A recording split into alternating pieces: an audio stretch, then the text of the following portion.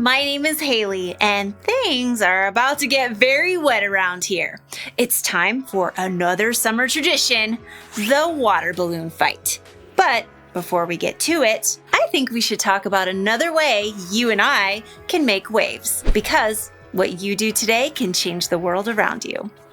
Usually, to make a wave, you need a body of water, like an ocean or a river. But for the kind of waves we're making, you need things like love and patience and joy. You can change the world with those things. Today, I'm hoping to make a wave of peace. In a water balloon fight, peace is the last thing you want. It's every person for themselves in a war of water, where the most dry person at the end is the victor. But to demonstrate peace today, I'm gonna have a water balloon fight. But I'm not gonna throw a single water balloon. I think that's the best way to... hold on! I was not ready! I wanted to say something first. Okay, if I'm going to demonstrate peace, I have to be... This is not funny, people. I have some serious things to say about peace. So please, stop! Oh. Who threw that? Who threw that? Who threw it?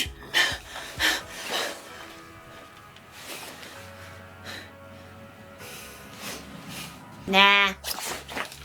In today's story, we're going to learn about two guys who are about to go to war and the one woman who was brave enough to stop them.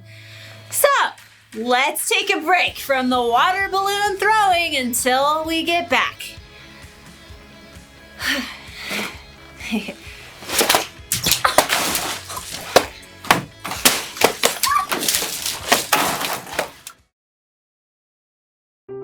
The Bible.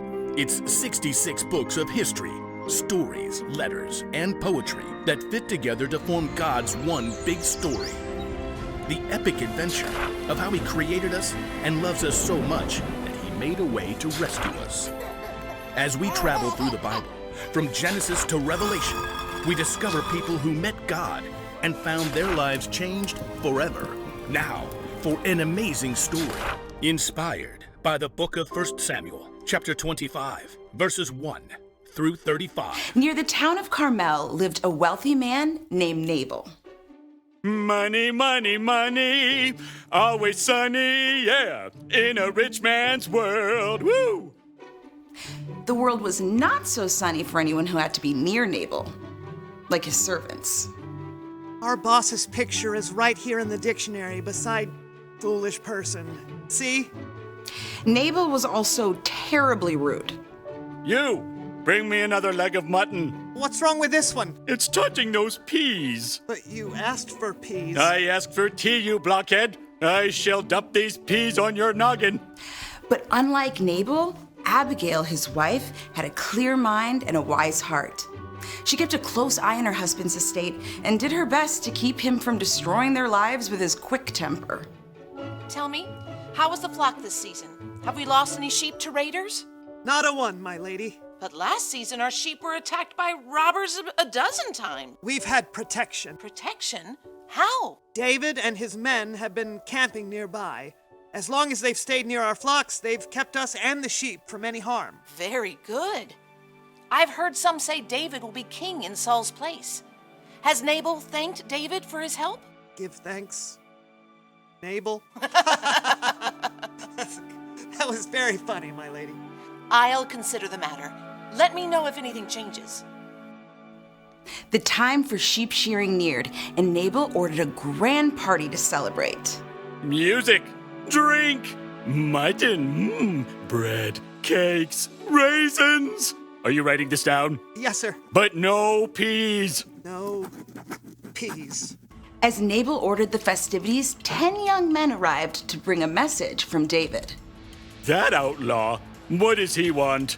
David says, "May you live long and everything go well for you." Only what I deserve. He says, "I hear that you are clipping the wool off your sheep. When your shepherds were with us, we treated them well. The whole time they were at Carmel, nothing that belonged to them was stolen. Please be kind to my men. Please give us anything you can find for us.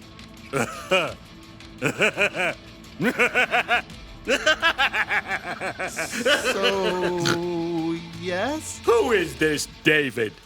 Many servants are running away from their masters. Why should I give food to men who come from who knows where? So, no? Vamoose! And don't let the door hit you on the way out. David's men quickly returned to camp. They found David's anger could be just as hot as Nabal's. Each of you put on your swords. In a short time, David and 400 of his men were marching up the mountain to confront Nabal. Word spread quickly. A servant raced to find Abigail. David sent messengers to Nabal and asked for a share of food, but Nabal was rude and shouted at them. You must do something or terrible trouble will come. Abigail didn't panic. She took a deep breath. We have to get ahead of this. Take a list, please. On it.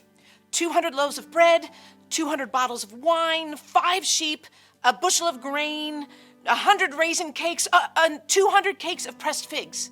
Any peas? No peas. Save those for Nabal. What else?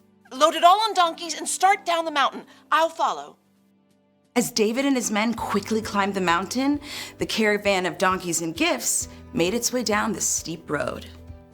David's anger grew as he neared the mountain estate. He gripped his sword tightly.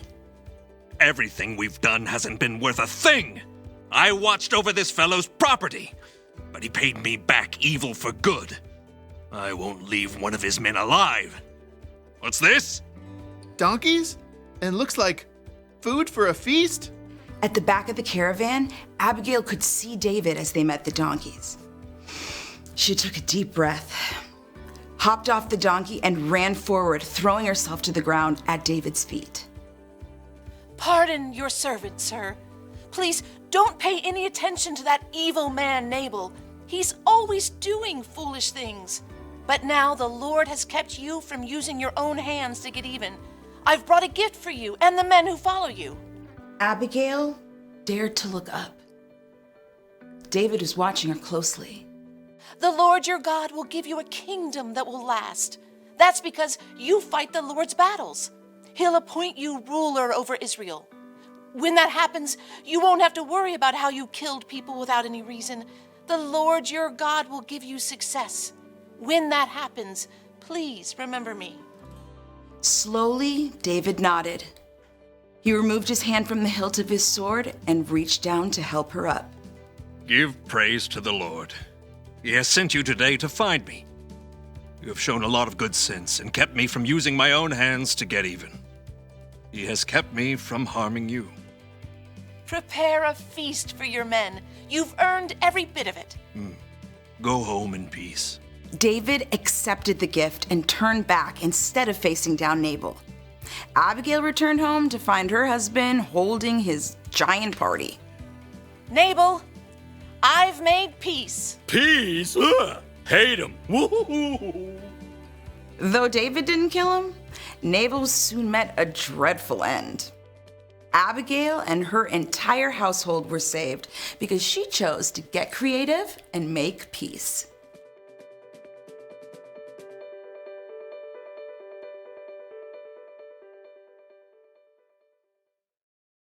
David was angry, right? So angry, he was ready to go to war with Nabal. He wanted revenge. It's a good thing Abigail stepped in when she did. She made what could have been a really bad situation better by helping David see things in a different way. Abigail helped make peace. Now, there are 3 types of people in this story, and chances are you're gonna be like every one of them in your life. You could be like Nabal, who says or does something that makes someone mad. Ha! Got you in the bag when you weren't even playing! The best way to make peace if you're a Nabal is to admit you're wrong, say you're sorry, and make things right. Someday, you could be like David. You get mad at someone and you want to get revenge. Oh! Who? Throw that! If you're like David and you want to make peace, sometimes it helps to think about the consequences of your anger. What will happen if I lose my temper? What will happen if I get revenge? And then there's Abigail, the peacemaker. When you're like her, it means you're standing outside of someone else's fight and you can see a way to make peace. Hey, you two are supposed to be friends. Now, hand him over. Thank you. Warren, hand it. Oh, peacemakers can help others see their situations in different ways. They can stop arguments and fights before they get way out of control. Water balloon fights are one thing. They're supposed to be fun. But other fights can hurt feelings, damage relationships, or even worse. So be an Abigail and make a wave of peace. The one thing to remember today is this: you can help others make peace.